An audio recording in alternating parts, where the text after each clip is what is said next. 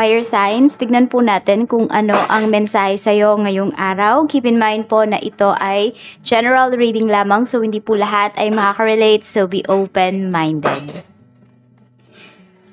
Sa mga hindi pa po nakasubscribe dito sa ating channel, please subscribe na po kayo and palike na din po ng ating video. At sa mga nais naman pong mag-avail ng ating private readings, Lucky Stones and Amulet, makikita nyo po yung link sa description box below. Tarot Intentions by Aliana Reyes. This is for you, fire signs. Tignan po natin ano ba yung mga blessings na pwede mong ma-receive ngayon. Blessings po na pwedeng ma-receive ni fire sign. Spirit guide, we have a blessing on a resolution. A blessing to lift sadness. A blessing for healing of injury or illness. Yan, kung meron po kayong sakit or meron kayong nararamdaman ngayon, pwedeng makuha ninyo yung tamang gamot para po sa inyo. Kung may nararamdaman kayo, tignan natin. Spirit guide, ano po ang mensahe natin for fire signs? What is a blessing on a resolution? Ano po itong a blessing on a resolution? A blessing on a resolution, spirit guide. Tignan po natin. Okay, may bisita na naman tayo. We have, okay, the Chariot. So, pwedeng pagdating po sa inyong sasakyan, if you have one, pwedeng mayroon bang sira. So, pwede pong ayan, magkakaroon na kayo ng pampagawa. Yan po. So, pwede rin, meron dito is, ayan po, bibili na yung iba sa inyo. Kasi pwedeng pang service, kung meron po kayong mga anak, ayan. So, all about sasakyan yung nakikita ko dito pagdating sa bagay na masusolusyonan po ninyo or sa transportation. So, pwede po na mayroon dito na parang alternative route dun po sa inyong mga dadaanan. Yan, para siguro less traffic.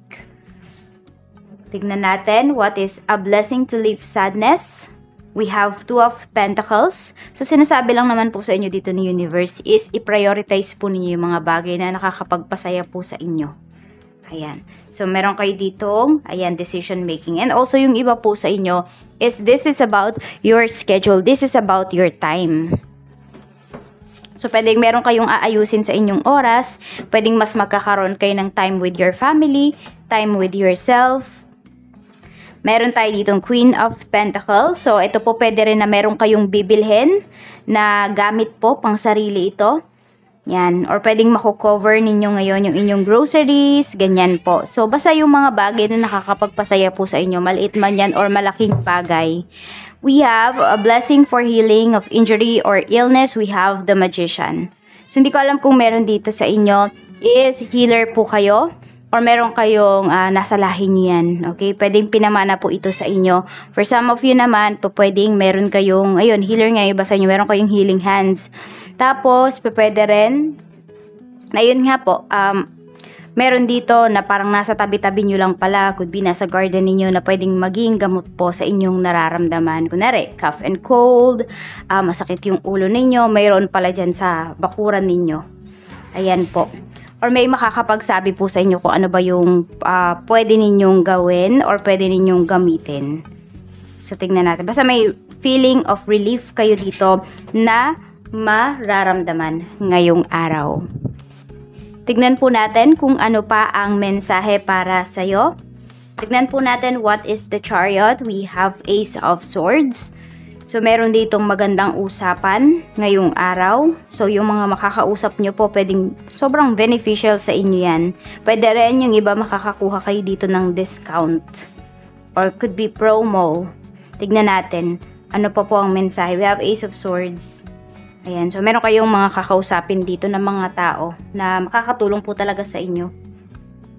Two of Pentacles, we have Ace of Pentacles. So may offer dito. Pwedeng pagdating to sa trabaho, ayan, meron kayong pamimilian. Ayan po.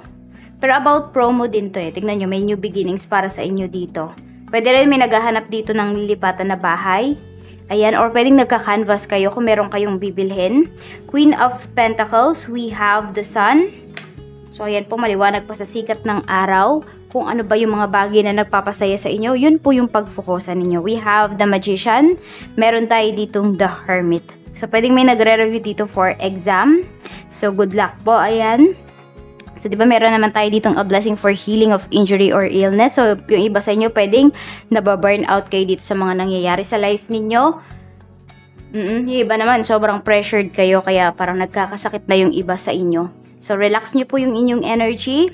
Mag-focus muna kayo dun sa dapat ninyong pag-focusan and santabi nyo muna yung rest na hindi dapat umaaligid-aligid sa isipan po ninyo para hindi kayo mabothered. Tignan po natin kamusta naman ang iyong trabaho ngayon. We have 5 of Wands. So, marami ditong madaming gagawin. Ayan po. Meron ding mga parang konting alitan, mga sagutan. Meron dito parang sisigaw ngayong araw. Parang hindi kayo magkaintindihan. Or kasi kanya-kanyang usap. So, yun nga, hindi magkaintindihan. Kaya parang may sisigaw dito. Parang may kukuha. Someone will call for attention. Pagdating naman po sa negosyo, we have, ayan, Queen of Wands and King of Swords. So, pwedeng kayo to ng kapatid mo, kayo to ng asawa mo, ng karelasyon mo. Meron tayo ditong judgment. So, may decisions talaga. Ito yun, parang dito yun talaga tumatabi. So, meron kayong decisions na gagawin ngayong araw na ito pagdating sa inyong business. Alam nyo, magbibigay ito ng growth sa business po ninyo. Kaya, kung meron talaga kayong mga decisions na talaga na kailangan ng gawin nyo na po. Huwag nyo na pong patagalin yan. Kasi, pwedeng nakakablock yan sa patuloy na pagganda ng inyong business or sa money flow. Ayan. Pagdating naman po sa kaperahan, we have the Lovers. Yung iba po sa inyo dito, ayan, pwedeng parang meron kayong sinusuportahan. Could be hindi lang sarili ninyo, hindi lang yung family ninyo, could be even your immediate family, pwedeng sinusuportahan nyo pa po yan.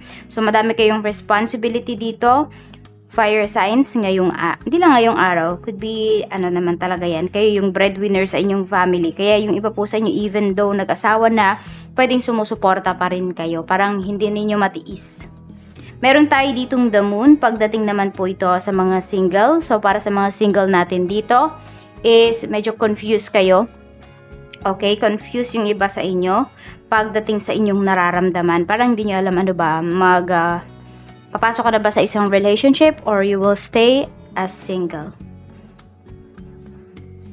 We have 6 of Wands. Marami naman po dito na kung sino man po yung karelasyon ninyo, pwedeng mauwi na yan sa kasalan.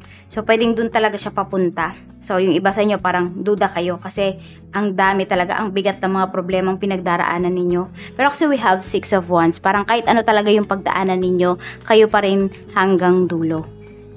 Tignan po natin pagdating naman sa mga married natin. Meron tayo ditong Page of Pentacles. So, ang focus po ng karamihan sa inyo is hindi yung relasyon ninyo, hindi yung marriage ninyo. More on yung mga anak po kung meron na kayong mga anak. Ayan yung pag-aaral nila, yun yung pinagpo-focusan ninyo. Yan, kung paano pa kumita ng pera, kaya nga po ito. Meron kayong mga decisions na gagawin.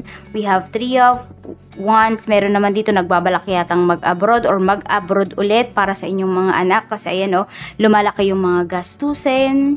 So we have 3 of Wands. Or pwede rin naman na may papauwi po dito ngayon. We have 7 of Pentacles. Pero mas more on magpapasya na hindi muna mag-vacation. Parang mag-save muna ng pera. Ayan po. So, tignan nyo rin po kung ano ba talaga yung makakabuti sa family ninyo. Kasi syempre minsan hindi lang naman talaga pera yung kailangan. Need din ng emotional support, ng moral support. Ayan po. So, kasi yung time, di ba, hindi na natin yan mababalik. So, spend time, lalo na po yung may mga maliliit dyan na anak, spend time habang bata pa sila. Kasi hanggang paglaki nila, matatandaan nila yon. At meron silang kwento, meron silang memories with you. Kaya po, ayan, hinay-hinay lang talaga. Oo, tipid-tipid para makasama nyo po yung inyong mga anak. 27, we have number 30, and we have number 42. Yan po ang lucky numbers mo. Okay, number 18, yung naririnig ko, 11 and 35. Ayan po. Tapos ang lucky color nyo naman po is green. Yan, about money, relaxation. Kaya yung iba sa inyo, hindi nyo talagang mag-relax. spend time with nature. Yan lamang po. Maraming salamat and see you again on my next video. Bye-bye. Fire signs pala. Bye-bye, fire signs.